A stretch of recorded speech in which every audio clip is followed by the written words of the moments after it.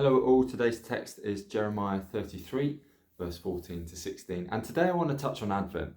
Now I don't know your thoughts, your practices, your tradition around the Advent season. I grew up in a church that didn't really talk about it, and I know some people think more of it and use it as a way of devoting themselves to Jesus or of thinking about Jesus. And some of us are really confused by it. You know, on the surface, you might just think of Advent as a way of celebrating and longing for and anticipating the birth of Jesus, Christmas. But it's also, and more to its roots, it's actually about a season of anticipating Jesus' coming, second coming. You know, it's a season of hope and longing for the good news of a new era upon us. And I think if there was ever a time, certainly in my lifetime, where we needed good news, then it's right now. And there's so much that might make us weary, you know, lots of bad news everywhere.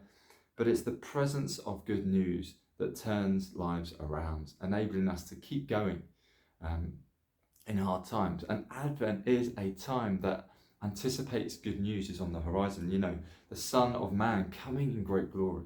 It's a season where we can focus on that waiting and that hope of Christ's return. And the passage today in Jeremiah, Jeremiah is speaking to a land, a nation that is divided.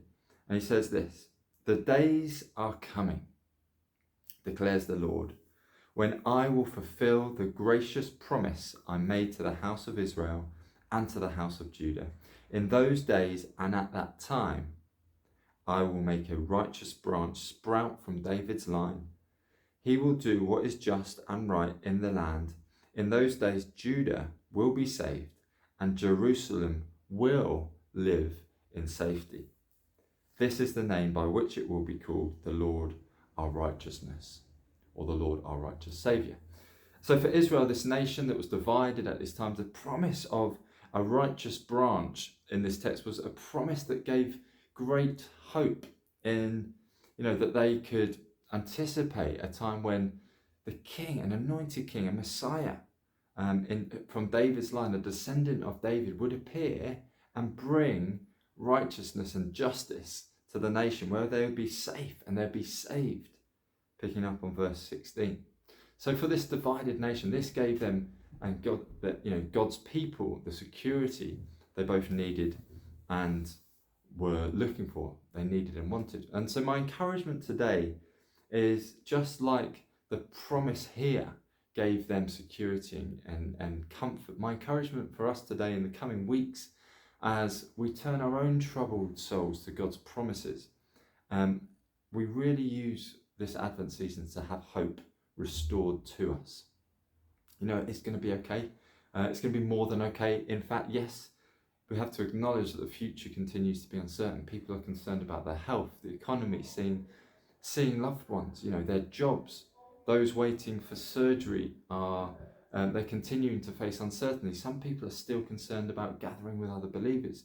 You know, is it safe for me? Is it safe for others to meet in people's homes or come into a building to worship together? We've got to be real that there's so many reasons that there are currently to have anxiety and to lose hope.